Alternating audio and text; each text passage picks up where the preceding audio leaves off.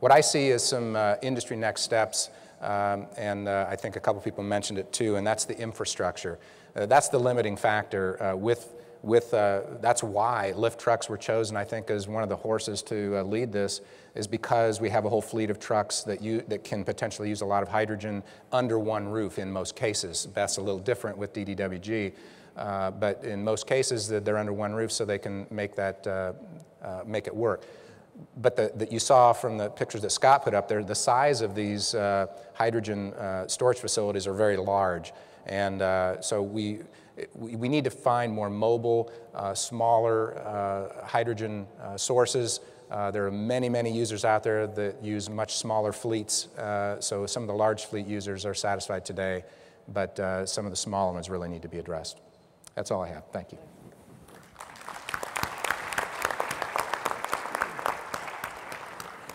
Okay, thanks so much, panelists, for very insightful presentations. And I'm going to ask a couple questions, and then we'll open it up to the audience to ask questions.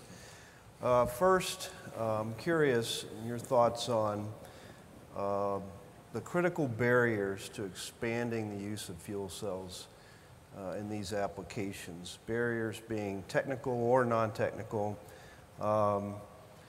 You know, technical being cost, durability, some feature they don't have, non-technical being acceptance and permitting and so forth. So give me your best shot at what you think the single or several critical barriers are to expanding the use of fuel cells in these different applications. Why don't we start with stationary power? Harry, your thoughts?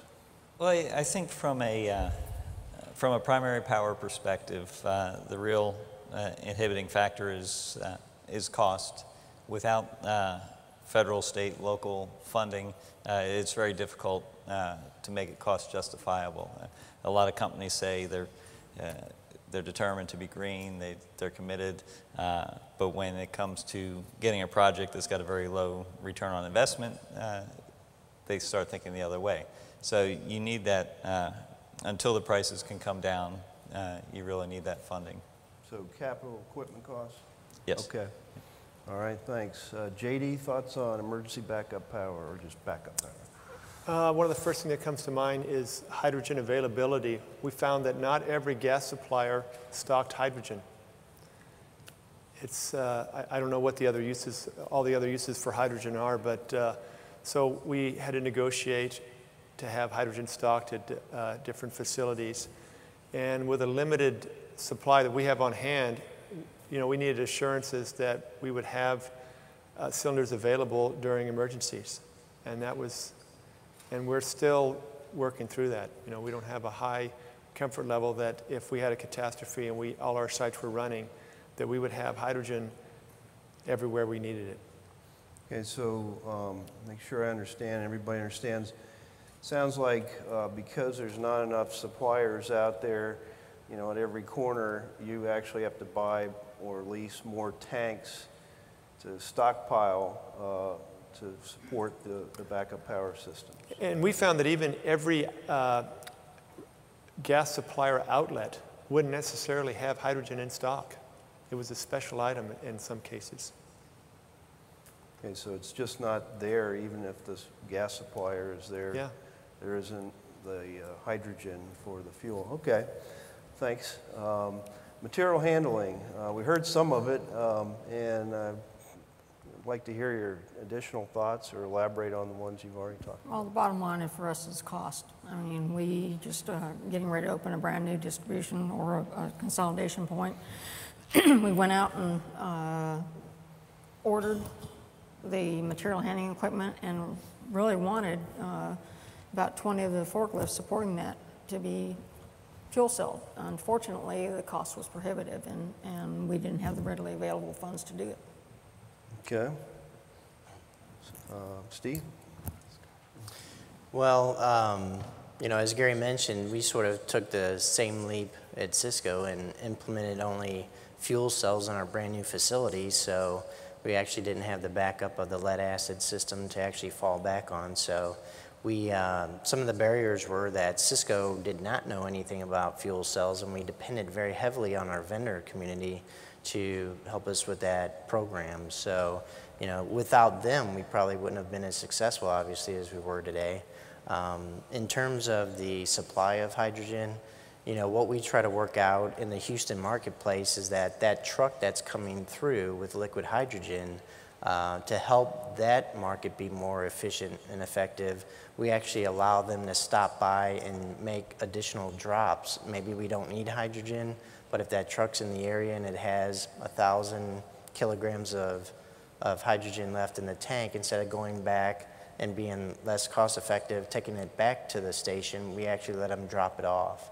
So we're trying to help out that distribution of the hydrogen, and looking down the road, even though we really don't want to get into retail because we are a wholesaler, you know, we may down the road have to have hydrogen available to the retail market, which we would have a little bit of design, but that would be also, you know, making sure we have enough for our purposes, as well as supporting any additional cars, trucks, or whatever's on the road. Okay, so I think I understand the first one, or the second one, I mean, the supplier issue and making sure there's always enough hydrogen on hand. The first one, though, how do you address that? If I understand it correctly, you said, you know, the operators aren't familiar, the managers aren't familiar with fuel cell power and refueling, and the suppliers of the equipment, both the refueling and the fuel cells, had to step your operation through actually training them how to operate the equipment. And have you got any suggestions on what to do about that? I'm not sure if any new technology could do something about that. I mean, Right. something education-wise that could be done, or Well, you know, you can't smell the hydrogen, and you can't tell even if you have a hydrogen fire. Yeah. But, you know, basically, we had a brand new facility, and so we were able to take our associates out of their current environment and take them to a new facility that actually utilized the hydrogen. So in training them, they got more comfortable with it. They also had to learn how to use a new piece of equipment. They had to learn how to use a new triple pallet jack and the new forklifts. So hopefully we were somewhat diverting some of their energy to learning a new piece of equipment while going, well, you know, I'm just pulling up to a hydrogen pump just like I pull my vehicle up to, so why should it be any different than me putting gas into my car versus hydrogen into the fuel cell itself? okay. Gary, your thoughts? Some of the, I guess, barriers, as I had mentioned, the available models of fuel cells today. Of course, in order for this to be successful in our industry, there have to be a lot more adopters, a lot more Cisco foods that are utilizing it. So I think if there were more models of fuel cells available, that would certainly help that. I mentioned the infrastructure being an issue.